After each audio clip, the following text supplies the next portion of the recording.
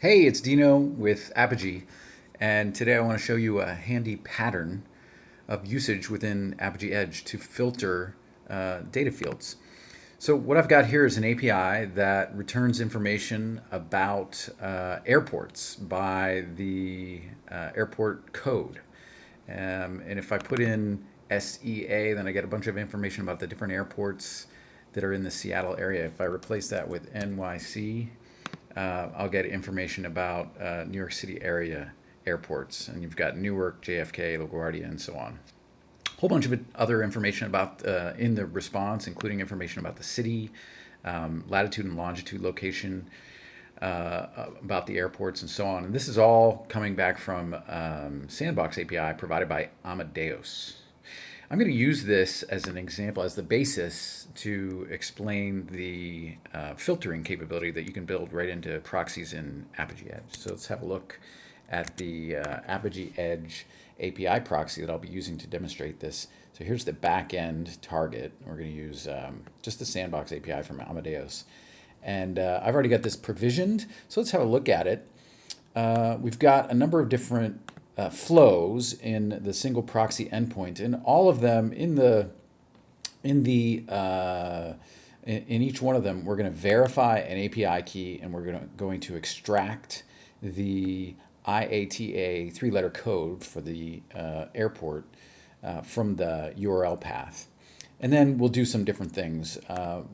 One kind of flow will just be a pass-through, so it won't do any filtering. Another will do filtering based on the client, in other words, the developer app. So we'll have metadata on the developer app and use that to apply a field filter, either including or excluding fields in the response. And then there's a second option to do the similar activity, but based on metadata that's in the API product. So field filtering based on metadata, either in the developer app or the API product. Now, how does this really work? Really, we're going to apply the response that comes back through a custom JavaScript, and this is the meat of the JavaScript that's going to be run. Basically, we get the action, whether we want to include or exclude the named fields. We want to get a list of named fields to include or exclude, and then we want to just apply that field filter to the JSON content that's coming from the back end. So it's as simple as that. And I kind of decorate it with a switch. You can turn off the filtering if you want, and some diagnostics information, setting context variables. But basically, that's it. You got to get the filter action, and then the named fields, and then apply that filter. And again, the filter action, whether to include or exclude, and the fields that you're going to operate on, those are going to be metadata. So where do they come from? Let's have a look. One option is to provide them in the custom attributes on the app. So I'll click through to an app that I provisioned, and what I've got is two custom attributes, one called filter underscore action, and I've set that to include, and another one called filter underscore fields, and I've set that to a comma separated list of something like JSON path. Which are just paths in the payload that gets returned by the backend service. So here's one app, and I'll show you the second app that I've got with a different set of fields. So this one, a different set of operations as well. So it's going to exclude these fields. And so we can attach these custom attributes to the developer app, or we can also attach similar custom attributes to the product. Now, which one you would want to use in your situation would depend. Do you want to filter based on the individual developer app that's being used, or on a product by product basis? And that flexibility, that's a decision that's up to you. So I've got a couple of different developer apps and a couple of different products, and with that, I should be able to demonstrate this filtering capability. So I've got a Postman client, and Postman is just a tool from Google that allows me to invoke APIs. And I showed you the pass-through on a couple of different cities. And now what I'll do is I'll show you some other examples. So let's try the pass-through with an invalid API key. or a key that's approved but not for this proxy, and you can see you get a response back. Here's one that's expired, and we get a response that says expired.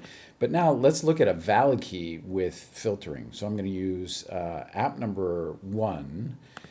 There's a specific key for that. And now you'll see I'm getting different information. So for app 1, let me flip back to the metadata on that. This is app 1. And I'm including